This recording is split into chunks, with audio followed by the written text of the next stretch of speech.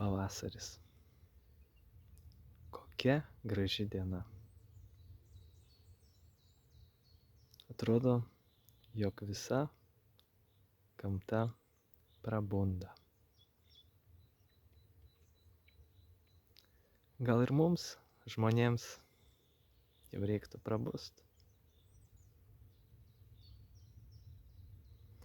Na, o kad padaryti tai būtų lengviau šiek tiek, aš nusprendžiau sukurti YouTube kanalą, kuriame planuoju kelti video ir tose video užduoti klausimą. Vienas video, vienas klausimas. Ir aš kviečiu visus tiesiog pamąstyti ir pabandyti rasti atsakymus tuos klausimus. Pasidalinti skirtingais požiūriais, nuomonėm. YouTube kanalas vadinsis Žadintuvas. Kad žadintume vienas kitą ir bustume. Taigi, gal ilgai nedelsęs, užduosiu ir pirmąjį klausimą. Pirmasis klausimas skambėtų taip.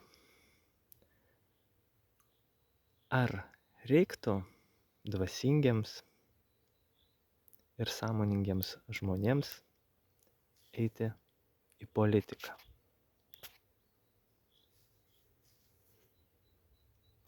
Leiskite man irgi pasidalinti savo pamąstymais.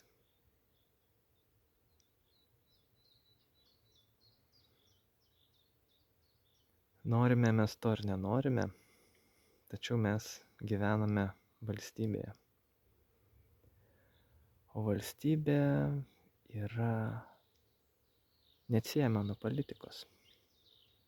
Politika yra tarsi kažkoks tai valdymo menas. Vat ir klausimas, ar šviesus, sąmoningi, dvasingi žmonės turėtų dalyvauti tame valstybės valdyme? Ar vis dėlto nuo jo atsiriboti, kad nesusipurvinti, neįsitepti? Nes mes visi gerai žinome, jog politika šiais laikais yra purvinas reikalas, kur ten vieni kitus parduoda, patys parsiduoda. Bet vėlgi norim mes to ar nenorim, bet tuos įstatymus, kuriuos priima politikai, mums privalu laikytis. Ir už jų nesilaikymą mums gresia atsakomybė.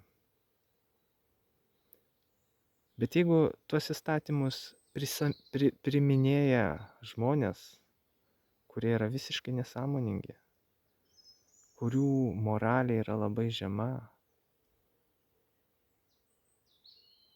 jeigu tai žmonės nusikaltėliai, tai kas tada gaunasi?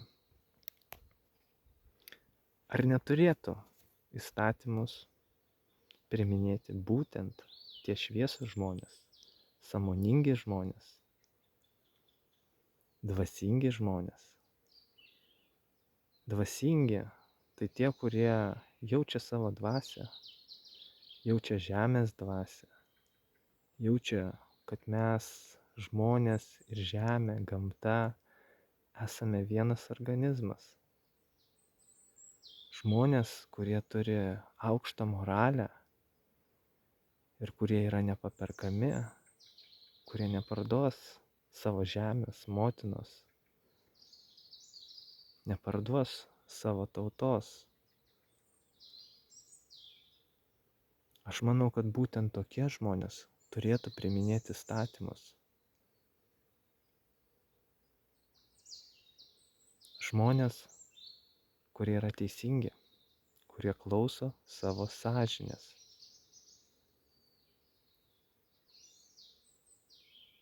Kurie jaučia gamtą, kurie jaučiasi jos dalis. Tai va tokie mano argumentai. Jeigu mes savo valstybės valdymą atiduodam žmonėm, nusikaltėliam, tai ko mes tada tikimės? Kitas labai dažnai įvardinamas argumentas yra, kad mums nepavyks, jie viską valdo, jie viską kontroliuoja, mes nieko negalim. Bet ar tikrai taip yra?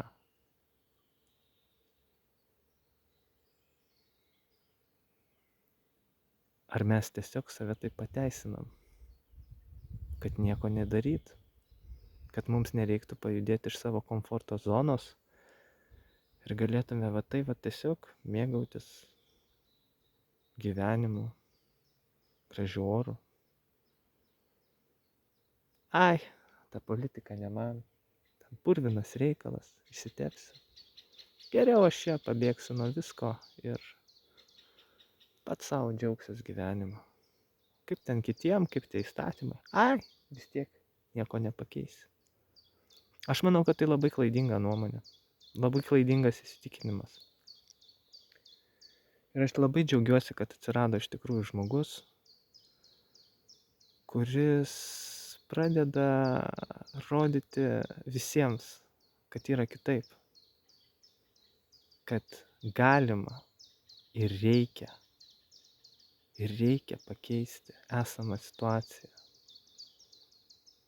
Kad mes va dar turėtume va šitą gražią upę, kuri teka, kad nebūtų jinai užteršta, kad mes dar turėtume tokią ramybę ir taiką. Mums reikia sąmoningiams žmonėms dalyvauti valstybės valdyme. Tokia yra mano nuomonė. Bet galbūt jūs turite kitą. Ir galbūt jūs turite visai kitus argumentus. Būtų įdomu juos išgirsti. Parašykite savo komentaruose. Tai tiek. Dėkui, kad buvote su manim.